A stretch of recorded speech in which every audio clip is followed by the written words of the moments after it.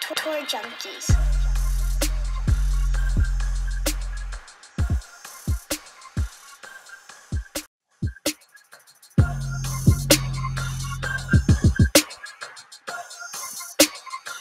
What's going on, golf addicts? Welcome to the DraftKings DFS preview for the sweet South Korean Prince Open. All hail Siwoo. Thank you. Siwoo Kim. Siwoo Kim. We honor Siwoo Kim tonight. The show is dedicated to him, our sweet South Korean Prince, and your defending champion of the Sony Open. More on that to come. Our boy Pat Perry is going to dedicate a rap of some sort to Siwoo Kim. Can't wait for that. I got the podcast juice flowing tonight, Pat. I got some vodka in here, a little bit of vodka. What you got mixed in there? A little lime and some club. You know what I like to do? You know, I don't know why I go to the ladies' man when I start talking about this, but I just feel like the ladies' man, Leon Phelps from back in the day. I feel like the brand of this is just right on cue. It's just a little Perrier, a little lime Perrier with vodka, some Tito's vodka. That sounds delicious. Yes, hello, caller. What is your query? You even got Tony. Tony's laughing. He's not even on mute. He's laughing. Oh, great. Just SNL. That was one of the movies that actually turned out pretty well. Yes. God, I want to watch that now. You know, I never saw that. No, I saw it. You never saw all the episodes. I loved him on SNL, but I don't think I ever saw the movie that I can remember. Maybe I did, but what a great skit. Yes, that is disgusting. Never call this show again. We have had many ladies' man references. Anyway, welcome to the DraftKings DFS show. We're going to get into our DFS thoughts, who we think is going to be the chalk, cash plays, pivot, GPP tournament plays, potentially some fades. All that good stuff is coming. Of course, Pat's Siwoo homage. But it was a good week, Pat. It was a good week. You know, we needed Sahith to win. Both of us did. You know, shout out to you. I didn't talk about this on the betting show because I don't like to give you too much credit back on both shows. Oh, okay. Your core and your tier plays. You know, there's a new feature in the Tour Junkies Discord. If you're a subscriber, there's a cheat sheet feature, which, by the way, another feature in the research thread, if you're a subscriber, is our boy Spaz has dropped a Korn Ferry Tour graduate cheat sheet for the 25 Korn Ferry Tour rookies that will be making their debut on the PGA Tour, some of them this week. All their stats, where they're from, their college, all that good stuff is all in the research thread. Make sure you download that spreadsheet. It's good stuff. But in the cheat sheet channel, every week in the Discord, you're going to get core plays and the DFS game plan from me, from Pat, and from Spaz. And Pat, you know, I mean, we both did pretty good. Mm-hmm. I did pretty good too. You had Scheffler. Nicely done. I mean, it was chalk worth paying for, I think. You had Xander, who, Morikawa, who, okay. You had Sahith as a core play in DFS last week at 13-14%. You had some good pivots. You had Fitzpatrick, who ended up being a decent pivot, I guess. You faded Tom Kim, which was a good fade. You faded Patrick Cantlay. I feel like that was a good fade. You had Cam Davis as a fade, and you had Luke List as a fade. I mean, those are all good fades. Your pivot in the 6K range, been on. Yeah. Very good. You had a good week in the Discord. And also, you had the round one underdog card that hit 2 of 2, doubled up everybody's money. Good for you, buddy. Yeah, it was a decent week from a DFS standpoint. Finished second in the listener league, by the way, which that's right. You know, I didn't win the first. I really wanted to win the first week. That would have been funny. It like set the tone for everybody else trying to get after us in the listener league. Yeah. But I finished second, but that's okay. It's a good week. Newcomer to the Discord, Kevin 8892 finished first in the Discord league. So shout out to Kevin. He's already earned himself a spot in the finals, which, if you don't know, the Tour Junkies Listener League is only found in the subscriber portion of our Discord. And we've done this the last few years. The winner of the Discord League gets a paid trip to come to either your choice, Savannah or Augusta. Me and Pat will meet you there. We will treat you to a round or two on our golf course. Mine is a Champions Retreat in Augusta. Pat's is the Landings, and a nice dinner. It's a great time. We've done this the last few years. Our boy Alan Klutz has won last year. We're going to be hosting him sometime in March. Kevin has already punched his ticket. So, and listen, we break it up into segments so you can win a segment. So even if you haven't gotten started, if you think you're behind, you're not, just hop on in. You got to join the Discord though, and you can participate in the listener league. It's a free entry on DraftKings. So good stuff from Kevin there. But yeah, he just barely edged you out in there. That would have been nice. Yeah, we had a very similar lineup. There was just a couple players that were different, and that was the difference for Kevin, who is a new member, just came in last week. So or the beginning of last week. So good for him. Starting and off assimilating nicely. A lot of good new members there in the Discord. Link in the description if you haven't already joined. Also, you had a good DFS week. I had a great betting week. I had the Sahith sweat at 66-1, but I crushed it on SoBet with my exclusive SoBet plays. 3.5 units, hit 6 out of 8 plays on SoBet this weekend. That was a lot of fun. If you haven't already signed up for our friends at SoBet, you can do so. Link in the description. There's handicappers, like 60 plus handicappers in SoBet now, all vetted by SoBet, all required to give logic for every play, unit allocations for every play, and then recap every play, win or lose, recap every play. So it was a good start for me. I do drop some exclusive golf bets on SoBet every single week. It's a fantastic app. The app is getting better and better every week. Fantastic stuff by our friends at SoBet. Tons of good NFL playoff stuff coming out of there. I guess college football is over after tonight as we record, but thank you to our friends at SoBet. Link in the description. Promo code TJ Trial gets you 1 free month to start there at SoBet. You can cancel at any time. So low commitment, no commitment really, and check it out. See how you like it. Let's talk a little bit about the DFS. How things, kind of shook out, I guess, in terms of DFS for the Sentry. Every week in the Discord, in the research tab, I'm going to give you a DFS recap for the week. Just some key takeaways that, sure, you can use to build upon as you build lineups for weeks to come, but definitely something that we want to keep in the, keep documentation of so that when we come to this event next year, we can look back on. And then I usually do a preview for a DFS look back for the tournament coming up. But the Sentry, your perfect lineup, Pat, would have only spent $47.4 thousand of your $50,000 salary cap last week. A ton of money left on the table. You'd have had Chris Kirk, obviously, been on, Sahith Theegala, Jordan Spieth, Brian Harmon, and Sungjae Im for a total of 868.5 points and only about 67% total ownership. Not what I thought. I thought a little bit more of the chalk would hit, but a lot of the chalk did not hit. Of the top 10 highest owned players, only 4 finished even in the top 15 of the highest points scored. So there was, you would have been fine fading a lot of the chalk last week. Had you faded 6 of the 10 chalkiest players, you definitely would not have regretted it. And a couple of those, you probably still would have been fine without. So to me, it did turn out to be kind of the putting contest that we thought it would be. Chris Kirk just wasn't on anybody's radar. I mean, he was average like 3 or 4% owned across DraftKings lineups. Yeah. I don't recall Brian Harmon. I swear, I don't think I watched a lot of golf. I don't know if I saw a single shot that Brian Harmon hit the whole, and yet he was in the perfect lineup. I saw him on Sunday. They showed a good bit of him Sunday. Okay. Yeah. I just saw the last 5 or 6 holes down the stretch, so he probably wasn't involved in that coverage, but still.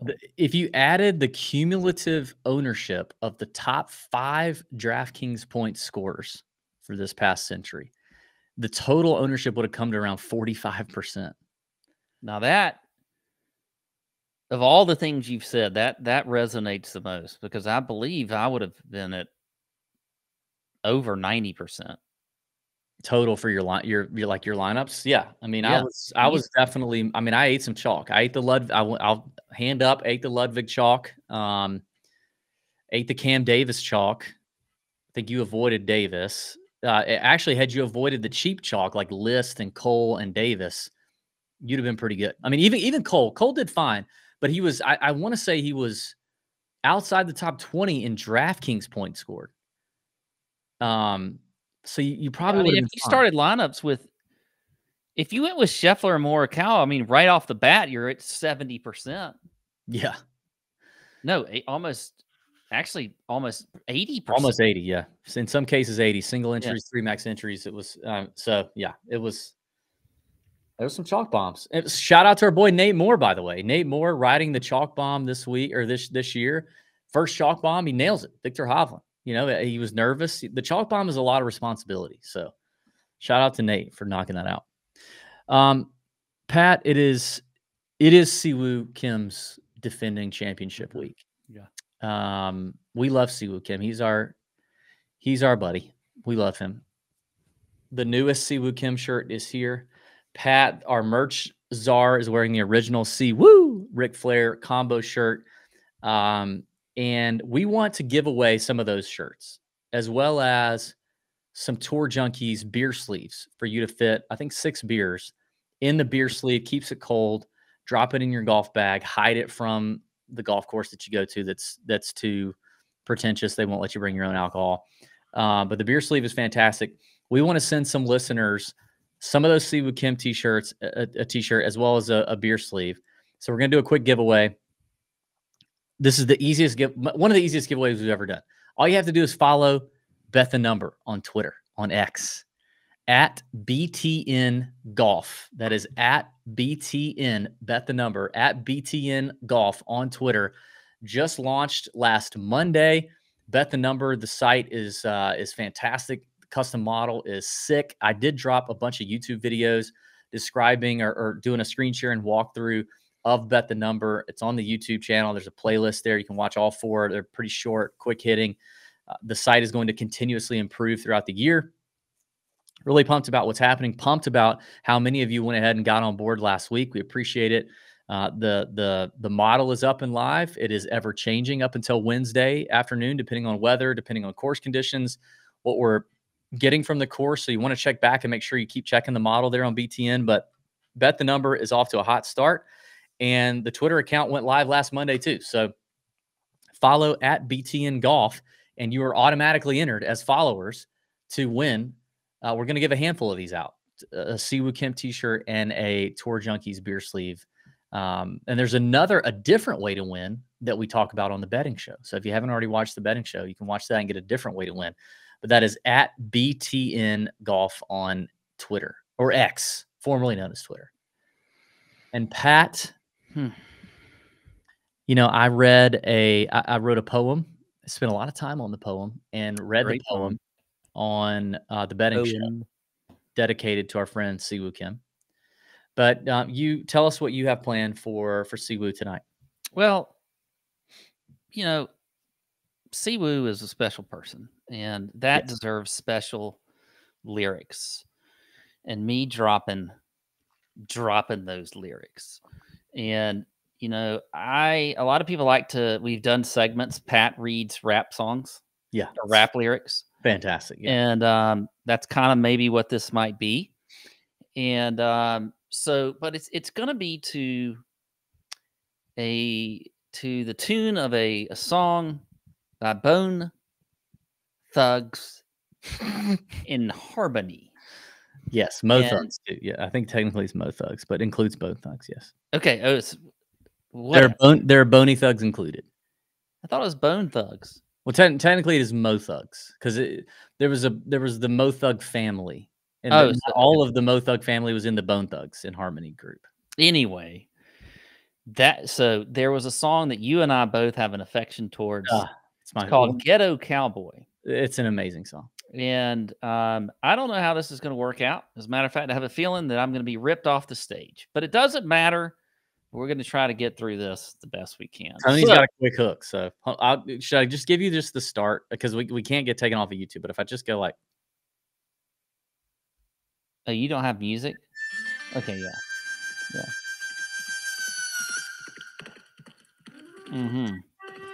You better count your Siwoos. You better count your Siwoos. You better count your Siwoos. You better count your Siwoos. Yeah, it's Siwoo Kim on the PGA Tour scene. From South Korea, swing so clean. Golfing dreams, yeah, he's the king on the fairways. You better watch him swing. Sweet strokes like a melody on the greens making history. From the tee to the cup, no mystery. See Woo's game, pure victory. See Woo on the green making moves. In the golf world, he groove. From the bunkers in the holes, he proves South Korean pride in the gold golfing groove. Yeah, my name's Powder P, ghetto cowboy on the PGA ride, swinging clubs, taking pride. Siwoo Kim on the green, so wide, golfing legend in every stride. From the bunkers to the rough, Siwoo's Kim game strong and tough. Like a symphony, my name's the Thug Queen. His swing is enough on the PGA Tour. Watch him strut. In the majors, he's a force. Siwoo, stay on the course. Through the wind, rain, or the sunshine, on the fairway, he always shines. Siwoo on the green, making moves. In the golf world, he groove. From the bunkers to the hole, he proves South Korean pride in the golfing groove. Get a cowboy on the PJ ride, swinging clubs, taking pride. My name's Powder P. I'm friends with Siwoo Kim on the green side, golfing legend in every stride. I'm done. I think I'm done.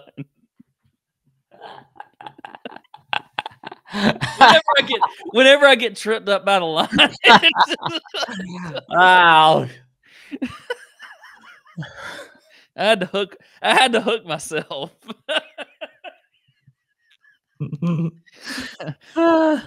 I'm very happy that I was able to get the Thug Queen. I can't wait for you to go back and listen to that. Who would be the Thug Queen on the PGA Tour, by the way? Is that like Jessica Hadwin on X? It's right after be Jessica Hadwin. Use golf facts. Yeah, Patrick Reed's wife. I think at some point you said Siwoo's Kim, which I'm pumped. I'm excited about that. I don't know if there are any clippable moments in that, but and there were a lot of Tony might have some. He could a lot of voices. A lot. You went back and forth. I mean, which Ghetto Cowboy does go back and forth a lot. It goes back because you have to know who's talking, because there's the main guy, and then you got Powder P, then you got the Thug Queen, and then you got there's another gangster in there, because they're all gangsters basically, those cowboys. And I feel like we need Tony to pop in for a second and give like an initial reaction, because that's the first time Tony's ever heard Pat Reed rap lyrics. A+ on that. Absolute A+ on that, Pat. I'm gonna have to go back and fill myself in with you reading some of those lyrics. I think the only thing, and it's no fault of our own, is the music to it. So what I'll do is I'll edit in the instrumental for that, and throw that out on Twitter and all the other socials, because we won't get flagged there. YouTube will get flagged. Yeah. So watching this on YouTube, sorry, no instrumental behind it. Go check out our social channels, and we'll have that there. But no, A+. Yeah, thank you, Tony. So is Powder P is Thug Queen? You're missing Lazy Bone and Crazy Bone. Lazy Bone and Crazy Bone and Crazy Bone were Bone Thugs, but Powder P and Thug Queen, I think they were in Mo Thugs. So I forgot. Yeah, they were the extra little sprinkle of thugs that were on the side, but they weren't in Bone Thugs. Yeah. You remember when you went to go see Bone Thugs in Augusta? I'll never forget it as long as I live. It was on my wife's birthday, and I surprised her, and she hates Bone Thugs. So it was a fantastic night. Yeah. And they sounded amazing. I don't remember a whole lot of it, but it was great. I just remember that was great. It was fantastic. All right. We love you, Siwoo. You still don't follow us on Instagram. It's a shame, but someday it's going to happen. We believe it. All right. Shall we get to the 9K and above range, Pat? Yeah, let's get to the 9K and above range on DK and talk about, let's take some chalk guesses first off, right off the rip here.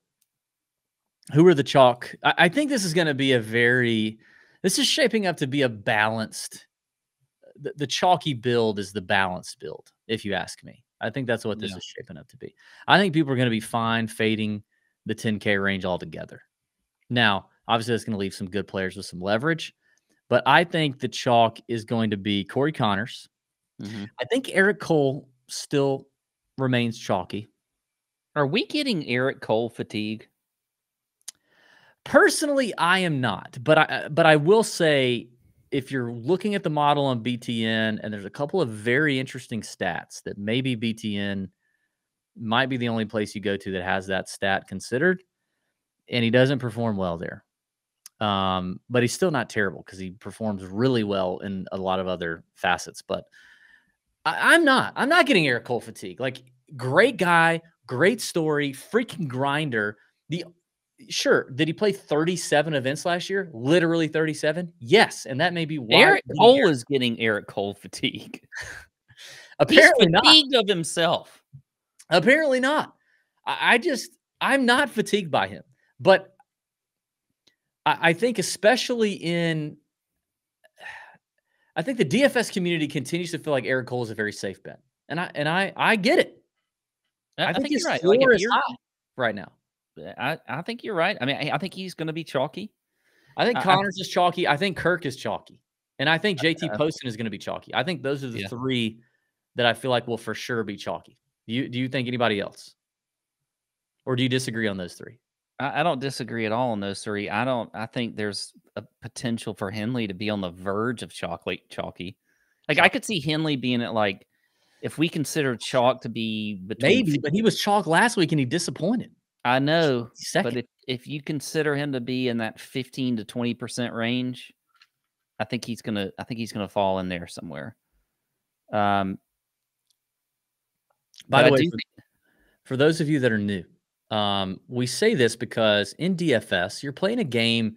You're not just playing a game to pick the best players. You're playing a game against a ton of other people that you're playing, your lineup is going up against. So you do have to compile the best lineup. And part of that is having guys on your roster and your 6 players that are not super chalky or not very popular or not highly owned in the contest. Now, it doesn't mean you fade all the chalk. You definitely, for the most part now in PGA DFS, it was different when we first started back in 2015, but now everybody's sharp. Everybody's got tools at their disposal. You can't fade all the chalk. You can't completely say, I'm not playing any of the popular players. You do have to pick and choose some players that are popular and still put them in your lineups. So, but it is good to identify in each range where you think the most popular players will be, because you need to decide. You can't play a lot of them, but you can play some of them. Which ones am I going to play and which ones am I going to avoid? And then what does that mean for the rest of the range? Are there players in there who are not going to be very popular that have a lot of upside that I like and I can put in my lineup and have some leverage? Because if all you have is a bunch of guys who are in 25% of lineups, you're not going to climb the leaderboard when those guys pop off unless you have the absolute dead nuts perfect combination. That is the reason why this matters. So that's the chalk in this range.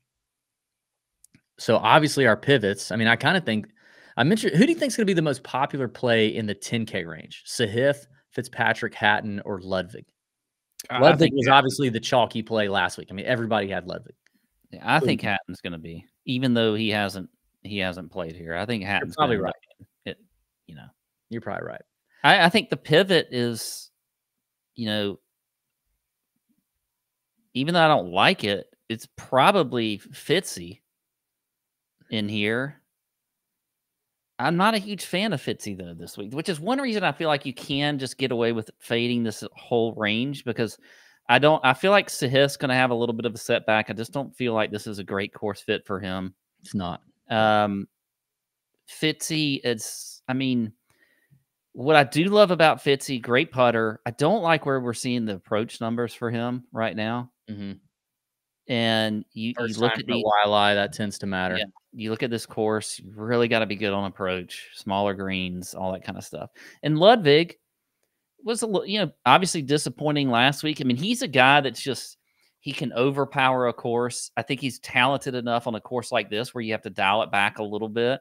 Or who knows, maybe he'll go in and just bomb it away. I don't think you can do that really at YLI. So I don't feel like Ludwig's a great play either. So all 4 of these guys, to me, or just I would pivot off of them and drop down and probably eat a little chalk with Corey Connors, play Chris Kirk. You know, like I think this is going to be a chalky range for me, and I'm just going to end up finding guys somewhere else, which there's plenty in this field, to lower the your total ownership. I was going to say, I think the 7K range here is probably one of the more wide open 7K ranges I remember having. I don't think, as I was looking through it, I could be wrong. And I do have 2 names in the 7K that I actually, even when I wrote them down, I was like, maybe they're chalk. But for the first time in a while in the 7K range, there's not one or even or 2 like clear guys who are mispriced who are chalk. Like last week's Eric Cole, last week's Cam Davis. You know, even though he performed poorly, like he was clearly he was mispriced. Yeah, the caliber of player he was. I don't feel like we have that in the 7K range. And for that reason, I think a lot of 7K ownership is going to be completely spread in DFS, which means I think I agree with you. I think you can num on the chalk in the 9K range if you love it. If you love Corey Connors, if you like Chris Kirk, if you like JT Poston, if you like Brian Harmon. I like Brian Harmon. Like if you like those guys, just play them. Maybe go overweight on them. So if they're projected around 20%, consider putting them in 30 to 40% of your lineups. Go overweight. If you believe in them that much, get some leverage on the rest of the entries, right? And then I just almost think almost anyone in the 7K, unless there's somebody I'm overlooking or some significant news or changes that come out, I just don't think anybody in the 7K is going to be super popular. So you can, and I don't think anybody in the 7K is that much better than anybody else. So there's not somebody who I feel like, oh my God, no matter what they are, I got to play them. So I think you can pivot off of anybody that does end up being popular. Yeah, I would agree. Now, the X factor in this 9K and above range, or maybe I should say the Z factor, is Willie Z. Yeah, what do you think people are going to do with him? Are people just like giddy to play him, and so they're going to play him? I'm completely out. I think you could be. If you're smart, you should be completely out of Willie Z. I think if you want to play him, fine, because you like Willie Z and you just want to see what. But I don't think it's a good play at all, and I think that I think you're going to see some ownership onto him just because of the fact that Willie Z's sitting there. You have this there's always folks that especially when you get a guy that's coming back from injury. We have it in the 7K actually too with Gary Woodland. Yeah. You know, you have these guys that you just want, you haven't been able to play in a long time. You really want to play him. Willie Z is a fantastic player. We know that. But you kind of want to be ahead of the game a little bit, but this isn't the time for that. We just don't even Willie Z, we had a little bit of a sample size at the Hero, and it wasn't great. You know, he didn't. I mean, I think he shot 7 or 8 over the first day, and then he did play better after that. But totally out. The price is off. I just don't want to do it. But I do think he's gonna. I bet you we see Willie Z somewhere at 7 or 8%, which is too high.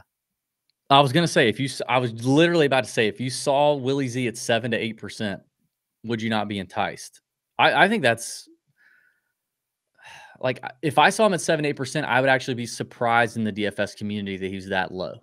I would see that as low. I think that's where he's going to end up being. Well, I mean, it's a little tempting. It's not much tempting. It's not very tempting, but it's a little. I mean, he was 11 over at the Hero. He was terrible. He was dead last. He was dead last. He's coming off an injury. He's coming off a major surgery and injury where he also is changing his swing. That is the thing that people forget. Willie Z may never be the same. He may not be the runner-up at the Masters guy again. He may be. I hope he is. I like him. We still saw clips at the Hero of his putting looking like. Oh my God! I mean, the putting was. It just yeah. Listen, if Willie Z starts to show us something later this year or whatever that's good, then start to play. He is the perfect example of what we've always said. Let's take a wait and see. You're not going to be ahead of the game. All right. You're not smarter. You're not, people they want to get so smart in this and be like, all right, nobody's playing Willie Z. I'm going to play him and I'm winning everything. It's just not happening. All right. Not happening this week. That's the 9K and above range. Let's move on to the 8K range, Pat. I don't love this range. That could certainly change by Wednesday. And by the time I update the cheat sheets channel in the Discord on Wednesday with my core plays, as well as This is already very disappointing. As well as my the Siwoo Kim. Well, yeah. I mean, our Prince episode. He's in this range, and this is where we have to start. Well, there's the top two. I have 3 names written down in this range. The top 2 are 2 SoCo friends. Been on, which I read the Instagram DMs we had back and forth with Ben on today on the betting shows. Pretty funny. Ben on and Siwoo, who I don't mind. I was pleasantly surprised with Siwoo's performance last week. I did not think it was going to be very good at Kapalua. It's not a course that fits him very well. And, I know it was only 59 guys and he finished like 20th something, but it wasn't terrible. He finished 25th. It was not terrible. He gained half a stroke off the tee, half a stroke on approach, gained a little bit around the greens, which he tends to do. Was like minus 0.2 on the putting surfaces, which is not terrible. But he doesn't feel like an automatic play to me in DFS. We'll see. I already said I might throw out a homage bet to Siwoo as a top 5 or top 10. But in DFS, I'm just not sure my lineups are going to be built with a lot of guys in the 8K. Ben on is interesting to me. Scares me a little bit, but he's interesting. And then the only other play in here that I like is Keegan. I do have some interest in 8K Keegan. I think 8K Keegan has a higher upside than Adam Hadwin, than Stefan Jaeger, than Justin Rose, than Denny McCarthy. I think his upside is quite good. His best finish here in the last 5 years, he's got a couple top 12s, but the ball striking is solid as usual. He fits the trend of played Kapalua the week before, has a top 15 to 20 finish at the Sony in recent years. He checks all those boxes. Was he terrible on the greens this past week? Yes. Some of that could just be slow, big greens where he's having to. I kind of like these guys similar to Ben on. I kind of like these ball striking like approach guys and similar to a guy who we're going to get to in the next range, Lucas Glover, who hit it close or whose irons are way better than average on greens that play smaller than they are surface area wise. But even surface area wise, these greens are smaller than they are at Kapalua. Whereas like Keegan and Glover and Ben on at Kapalua may have had like 60-foot putts that they had to deal with, 70-foot, lag putts that they had to deal with. There's going to be less of those here at Waialae.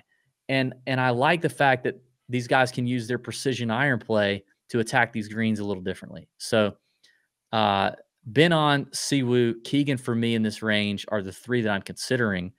And I'm not crazy about any of them. And I don't honestly know who is the chalk here. I don't know if anybody's going to be chalky here. You think people are going to like run to play Denny again?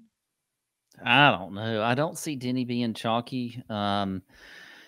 Maybe would Hadwin have it? No, Hadwin. No way. That sounds like nobody. So this is going to be an interesting test. Yeah. It's going to be an interesting range. Because I do think the popular build is going to be 9K, then jump to 7K. You're going to do 2 9K guys, maybe even 3, because there's a lot of value in the 6K too. We've got Corn Ferry Tour rookies, DP World Tour guys coming over. Like the 8K is going to be skipped. I think it is, which maybe that means you do take a little bit harder look in here. Hadwin, I do think is going to be one that's probably I'm going to fade. Plus, I could see like his wife, like they're in Hawaii, and she's like, "Oh, well, we got all this stuff we got to do in Hawaii. Like, we need to go to the belly dancers and watch them, and then we're going to go get laid. But it's not going to be like what you're thinking about. They're going to get fresh flowers and put them around our necks and stuff. Like, I feel like he's going to be too busy with some Hawaiian stuff, and so I'm out on Adam Hadwin. But I do like Strokes lost Hawaii inning. Yeah. Okay. You like Harris English? I like Harris English. I don't hate it. I mean, I was all over him last week, but man, great play last week for the most part. I mean, T14. Oh yeah, it was a good play. He He's a guy that's played this golf course a lot. I mean, really loves the course. He's played here pretty much every year. So I think, and there's a reason for that. It's obviously one that he thinks is a good fit for him. So I do like Harris English. You know, he was 7K Harris English last week though. He was, but now he's like upper 8K range. When you get into the situation though that you were just talking about, like where you think a lot of people are going to, you know, skip a range. So we talk about pivoting off of players, so from one to the other, but they're always like right next to each other. Like I always sometimes think if I think this, like the mentality is going to be like, I just want to take a couple 9K guys that I like and then go down to 7K. There is a little bit of it. It's like, you know, we have the sound clip pivot when I pivot. That's what that's what I may do in this range. I think Justin Rose is a decent pivot right here. Now, Justin Rose had some terrible play last week. And then he goes out Sunday and shoots, what, 62, 61 at the Sentry? Now, I mean, the course average was 66, I believe, on Sunday. I think it was 65 something. Yeah. But still, you think of tournaments where the old guys can play. Hold on. That's not right, is it? He shot 12 under Sunday. He shot 61. 61 in any, I don't care where you are. He was playing the same tees. Okay. It wasn't like they said, Justin Rose, today is Sunday. You've had a really bad week and we're going to let you go up a tee box. Okay. He played the same exact tees that Jordan Spieth and Chris Kirk and all of them were playing, and he shot 61. I think Justin Rose could be a decent, and he's going to be low owned, and nobody's going to be jumping on to Justin Rose. So if you want to go into a guy in this range that's going to be lower owned, good course fit, get in there, get a little Justin Rose. Okay. Interesting takes there. I think we're right in terms of where people are going to go in the line of construction, all that good stuff. I think we're good. By the way, last time he played here, 2017, finished second. There you go. The Farmers Show is coming up in a couple weeks, and we need your voicemails. We need listener voicemails. We want to answer some voicemails. We want to do a little voicemail segment next week. A little hotline bling. 706-6-ADDICT is the hotline number. You can call that number, leave us a voicemail on literally anything. Give us whatever you got. If you've got punishment predictions for our new season-long betting challenge that we talk about on the betting show every week, if you have hot takes, whatever you've got, questions, golf advice or not golf advice, whatever it is, if you want to tell Pat something, if you want to pay homage to Siwoo, anything you want, 706-6-ADDICT is the number. Leave us a question there on the hotline, on the voicemail. We're going to answer those at the Farmer Show. We would appreciate it. All right, let's get to the 7K range. The 7K range is just wild. It's the wild, wild west. Like I said, I don't think there's anybody. I have two names written down that I think could possibly be high owned. Obviously, that could change. I mean, I don't listen to any content or read any content before we record these shows on Monday. I think people might be willing to jump on Glover because, I mean, he putted like absolute trash at the Sentry, but that's first event back, like kind of happens for Lucas. Could you sound the alarm and say, oh, the putter's left him. Now he's done again. He's back to like old Lucas. Sure, you could, but I think some people might be interested in him.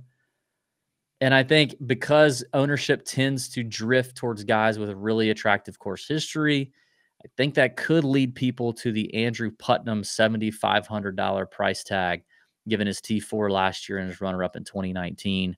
Other than that, I don't know. Like I said, this just feels like anybody's range here. Yeah, I think one of the things about, and we talked about this like a little bit on the betting show, that one of the things you tend to see is ownership skewed a little bit towards guys they've just like, especially at the start of the year, that played at the Sentry. So because they've just seen them play. I think EVR could have a little bit of chalk to him. We just saw him at the Sentry. He has a win, at the Worldwide Technology. finished 22nd at the Sentry, has played here, you know, the last couple of years with the top 20. I feel like EVR could be one with some chalk. Okay.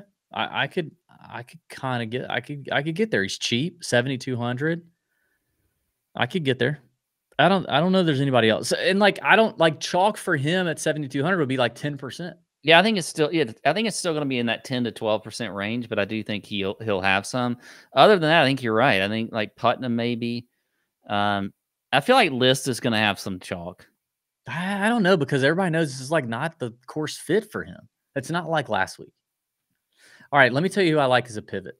And you mentioned him on the betting show, and I was surprised you mentioned him on the betting show, because I don't know that I like him in betting. But in DFS, everybody that was watching Sunday saw Brendan Todd snap his driver. Yeah. Which was kind of wild. Like Brendan Todd, we know Brendan Todd. Like, I know. He's not a hothead. That is a total sweet South Korean Prince Siwoo Kim move. He snapped his driver.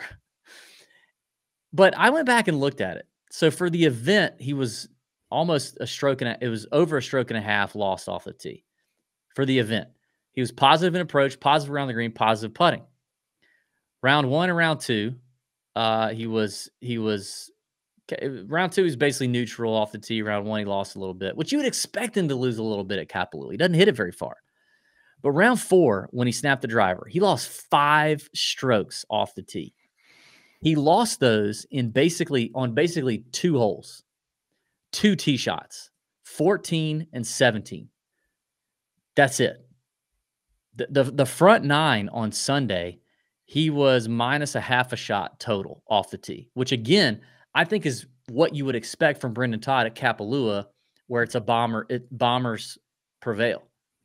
So I think he had a rough patch there. I'm wondering if people will bounce off of him as the highest priced player in the 7K range, seeing him snap the driver, which is the thing. Like what if that driver is like his baby that he's always that he's hit for a year and he loves it, and now he's in the equipment truck all day today and tomorrow and Wednesday trying to find a replica. That does happen out on the tour. We know that. He's got Paul Tesoro, new caddy on the back, like all these things. It could be bad, but I do think he's he's one I want to keep my eye out on in terms of ownership, because he's played here and he's played here pretty decently. No like peak finishes, but he's solid here. And it seems like it would fit him. Approach play, accuracy off the tee, make a bunch of putts on Bermuda. That seems like a perfect Brendan Todd recipe to me. Yeah, I agree. I'm with you on Todd. I think right next to Todd, under him at Akshay is one that I'm going to fade. Akshay is the guy that I'm totally. Yep. Obviously, we saw, like we talked about this last week. Like, is he? Is there a little bit of a resort course narrative with him? I'm starting to maybe believe it. Maybe these like wide open courses that he can just let it fly are the places you take Akshay. But it's not here at Waialae. So I think he is one that I'm fading if you're looking near Brendan Todd. Agree. I do like Adam Svensson again. And damn it, I'm so tired of Adam Svensson, but I'm going to play him. I'm going to play him. The Bet the Number model loves him this week. Loves him. Didn't have really a bad Sentry. Had a great Sunday to finish T33 at 18 under. So still 10, 11 shots off the lead. He's gained a lot of strokes ball striking at Waialae. A lot of strokes. He's one that comes down to the putter. Yeah, it does. Which, the last year at Waialae was not good, but the year before that it was good, and he finished in the top 10. So Svensson, I think, is one that I'll probably end up on and have a little bit of shares with. I like Lucas Glover too. I mentioned on the betting show, I'm a fan of JJ Spawn. You hate him. I get it. Yeah. Down a little bit cheaper though. Ben Griffin, I like a lot at 7,400. I think now he might get a little. He's a popular player. Yeah. I could see him getting a little steam. Yeah. Here's one we haven't even talked about at all though. Nick Hardy at 7,100. I had another Nick written down, and it was of the Taylor variety. Okay. I kind of like Nick. I like Nicky T. I like Nicky T a little bit. I don't mind either Nick. a T32, T11, and T7 last year. Those are his last 3 performances at the Sony. Gained 10.7 strokes putting at the Sony the last 2 years. I think it was a kind of a shake the rust off situation for him at the Sentry. He lost strokes off the tee, which again, kind of like Brendan Todd, you would think he would. Lost almost 1.2 shots on approach. Not terrible. Kind of broke even putting. Like I don't think that's crazy for Nick Taylor. And he's a multiple-time PGA Tour winner. I mean, it would surprise me a little bit if he won, but it would not surprise me at all if he top 10'd. I think he's got great upside here at 7,200. Yeah. I don't mind it. He's one of these players to me that just doesn't never seems to get enough credit. Like He solid does. every No, he does year not. he plays on tour with a chance to win. You know, not every event. Like it has to be the right course. Yeah. But the guy has, you know, he's a very solid player. The last play I have in this range that I'm interested to see how ownership shakes out is Alexander Bjork. You've got these the 10 DP World Tour guys that got their full PGA Tour card that are probably all going to choose to play on the PGA Tour full time. Bjork being one of them. He was an absolute stud on any course on the DP World Tour that did not require you to hit it a mile. He doesn't hit it very far, but he is dead ass accurate off the tee and with approach play. I don't, you know, do I think he's going to win? Probably not. His first time around Wiley. But do I think he has great top 10 upside? Yes, I do. And he's pretty cheap. But I know a lot of the DFS community knows who he is, knows kind of about Alexander Bjork. We'll see how he turns up. One of the benefits of the Discord and being a member of the Discord is every week in the research tab, we post aggregate ownership projections based on 3 to 4 to sometimes 5 websites. Ownership projections for the week. We aggregate those and we tell you where you guys falling. We post the first one on Tuesday and we post an update late on Wednesday. So you got to check that every single week if you're in the Discord to see the aggregate ownership. And it's something that we obviously talk about on the Wednesday night live chats in the Discord. So Bjork is one I'm going to have my eye on for sure, because I will play the mess out of him if he's like sub 10%. Alexander Bjork, have you seen his profile picture? Yeah. If you had kind of a handsome guy, I think. So when you are in the business world and you have to wear a suit or something, like they have these companies out there, they have salespeople and they come to you to sell you a suit. And they're gonna if Alexander Bjork called me on my cell phone, somehow he got my number through LinkedIn or something, I don't know. He would be the person that I immediately thought oh man, this guy wants to come and sell me the greatest tailored suit since he's selling the new suit you got to buy. That new suit. That's what he does. He's a handsome guy. I could see him wearing a nicely tailored. I could see him wearing salesman. Yeah, I could see him wearing a nicely tailored suit, and I could also see you in desperate need of a new, nicely tailored suit. You probably, if anyone listening does happen to be a remote suit salesman, DM me on Discord or Twitter or Instagram, and I will give you Pat's personal phone number, email address, and maybe even home address if you want. Oh my goodness! I'm going to try to get him a custom suit because he still has a full-time job and he could probably use a custom suit. I don't wear suits that much anymore, but look, if Alexander Bjork wants to come sell me a suit, I will play him in my DFS lineup and I'll buy a suit. Praise God, baby. Praise God. All right, let's do this before we get to the 6K draft. And I want to give some cash plays from the 9K and above, 8K and 7K range.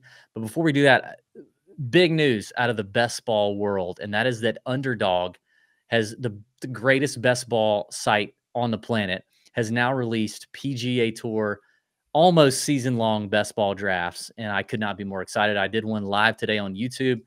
I talked about a couple of key things you need to do in terms of strategy, in terms of being prepared to draft your best ball team, and then I drafted one live. That video is up on YouTube. It's fantastic. I love the season-long best ball stuff. It starts with the waste management, and it ends at the Open Championship. So almost season-long. You got almost a month to go ahead and get in there. Well, you do have a month. You have exactly a month to get in there, draft some teams. It's a 150 max entry contest, $10 per entry. You draft 10 players. Underdog takes the best 6 scores of your 10 players every week, from the Waste Management to the Open Championship. You don't have to set a roster. You don't have to worry about anything. You just do the draft, which is the most fun, and then you sit back and you watch it happen. There is some strategy to it. It's a great time. I love it. And if you've tried Underdog before and like the Pick'em, there are some states where Pick'em is not legal, but best ball is. Most of the states, best ball is legal. There's a link in the description of the video and the podcast. If you haven't already signed up for Underdog, promo code Junkies gets you a 100% deposit match up to $100. We would appreciate it if you use our code to sign up. I will be doing a lot more drafts in the next month live on YouTube. I can't wait to do more. I'm going to try to maybe do 150, Pat. I might do $1,500 worth of entries on this dang thing. Wow. I love the best ball draft. It's a lot of fun, and there is some real strategy to it. So I talk about that in the beginning of this first video. Check out Underdog. It's a good time. Pat, let's talk about cash picks, 9K, 8K, 7K range. 9K, okay, I don't have any in the 8K range. I don't feel great about any of the plays in the 8K range in terms of cash. So I'm going to cheat, and I'm going to give you Connors, who I think we both agree on in the 9K range as a cash play.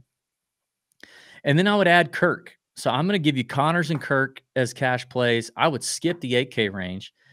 And in the 7K range, I think I'm going Lucas Glover. I'm trusting the ball striking. I'm trusting the broomstick to have at least even just like a -2 strokes gained putting for Glover.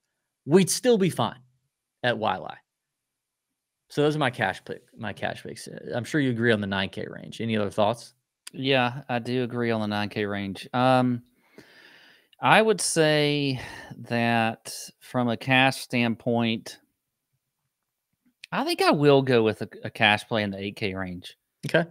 I'll go with Ben On in the 8K range. I like Ben On that much this week. So I'll go with him, and then I'll go with I like Glover. And I think I'll go down even and take 7,400 Ben Griffin in cash. I don't hate that. I don't hate either one of those. There you go. Good calls. All right, so 6K range, this is tough because you've got the Korn Ferry Tour graduates who are PGA Tour rookies. Some of these guys are going to pop. You've got some more DP World Tour staples who are world-class players who are now just full-time on the PGA Tour, who play the Genesis Scottish, who play the Open, who get into the Players, who get into the Masters, who get into the other majors. They're high-caliber players who are down in this range and cheap. You've got a guy like Maverick McNeely making his return from injury. And you've got some guys who are kind of mules on the PGA Tour, but who just hit it straight and kind of dink and dunk it, which is fine for YY. I think there are a lot of good plays here in the 6K range. I think making decisions in the 6K range is going to be tough, and it's going to be something I'm going to be finalizing all the way up until Wednesday. I think the Wednesday night live chat is going to be interesting. It's going to be full of some 6K range players, but also how many of these guys get played, because if we're right about people kind of fading the 10K range, you don't even have to get in here that much. But I think there's going to be some guys in here that end up playing quite well. This may be leave some salary on the table situation. There's some really good players in this range. I'm going to have a hard time making decisions in this draft. Yeah, I agree. All right, I'm going to let you start, Pat. 6K draft, who we starting with? I'm going to start with a guy that I think is just a great course fit. You mentioned the RSM and Sea Island being a kind of a, correlation a little bit as far as the course is concerned. I like Grayson Sigg. So okay. Grayson Sigg is at 6,700. G Sig, Augusta boy. Listen, I think Mav is interesting. Yeah, I was thinking about him too. It is no secret that DB is a huge Maverick McNeely fan.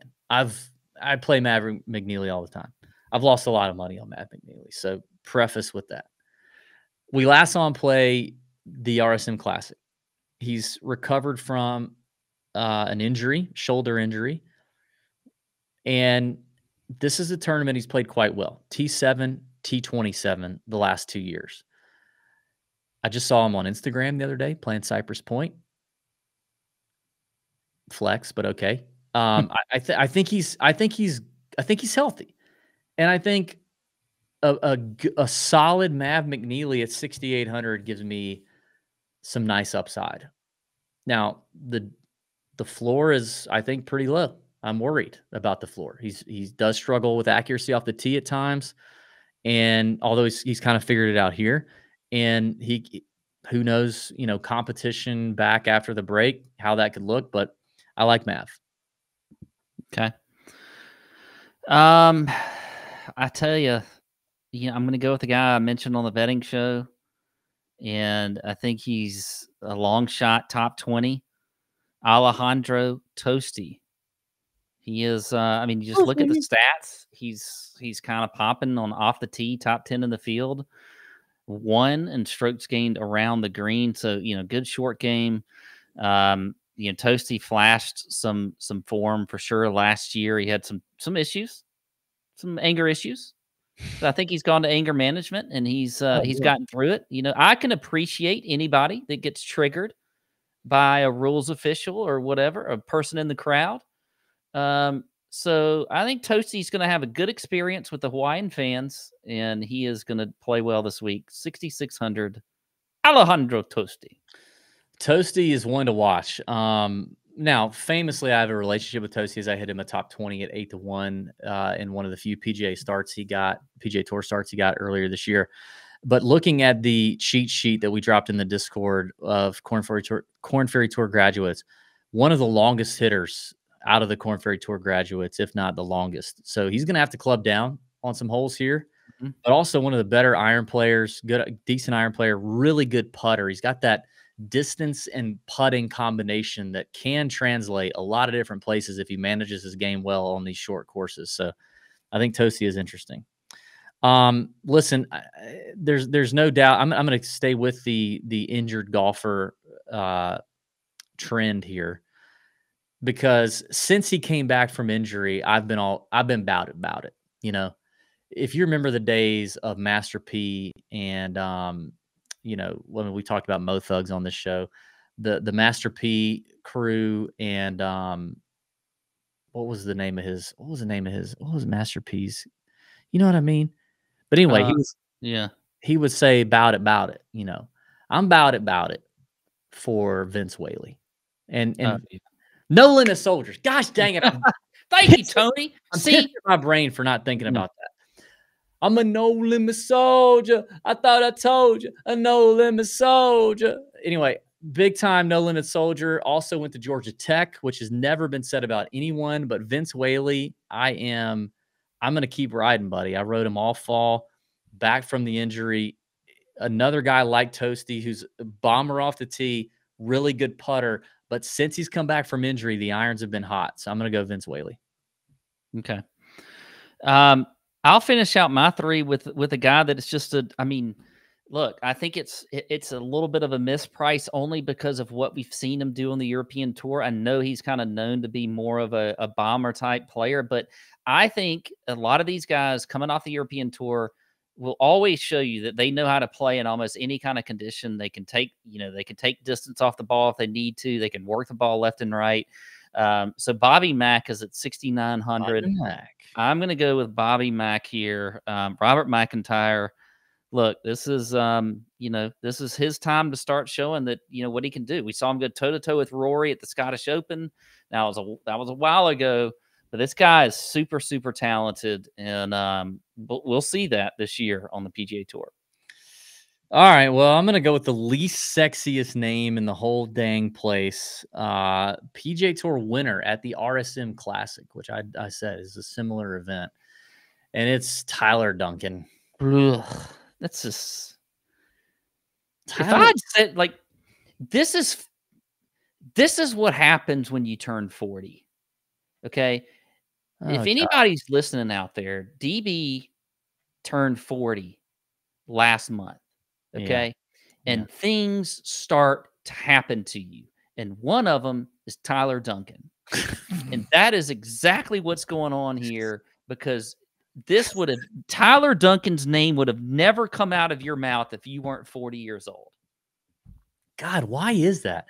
Okay. If Tyler Duncan worked at a store in the mall back when malls were a thing, because I feel like he'd be at a Cinnabon. Oh my God, he would be. He'd be bending dough in a Cinnabon. He'd be a Cinnabon doughboy. He'd be a doughboy. I was just thinking about what kind of soy boy beta job would he have at the mall? And you're right. He would be the guy, the one guy. And you would, and everybody, he would be the one guy at Cinnabon. I think you're right. Mm-hmm. I was thinking about, I mean, you nailed it. Is there any other store that he would work at? Because back in the day when we were kids, like the mall was the place to go. You would hang out at the mall. You take your girl to the mall. You'd walk around the mall. He wouldn't be at Spencer's. I know that. No, he would not be at Spencer's. He wouldn't be a Hot Topic. Maybe Eddie Bauer. Maybe he was an Eddie Bauer kid. Not American Eagle. Way too buttoned up to be American Back Eagle. in the day, he was at Bugle Boy. Oh God. he was a Bugle Boy. He was in the cargo short section. Dude, do you remember telling you about why this one with 8 pockets was better than the one with 6 pockets? Was Augusta the only mall that had a pet store in it? You remember when Augusta Mall had a pet store? There had to be other malls. Would he be a pet store guy where he'd like show you the? If he was a pet store guy, he worked in the fish section. The fish section?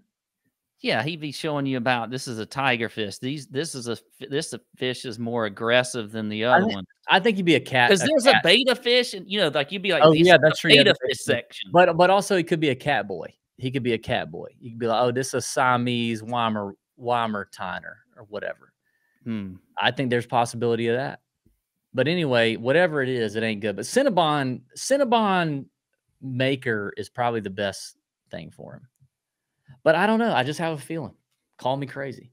That's it for the show. That's it for us. Shout out to our boy Siwoo. May he defend. Listen, I will not be disappointed if he defends his title. God love him. We love you. May your screens be green. Have a great week. See ya.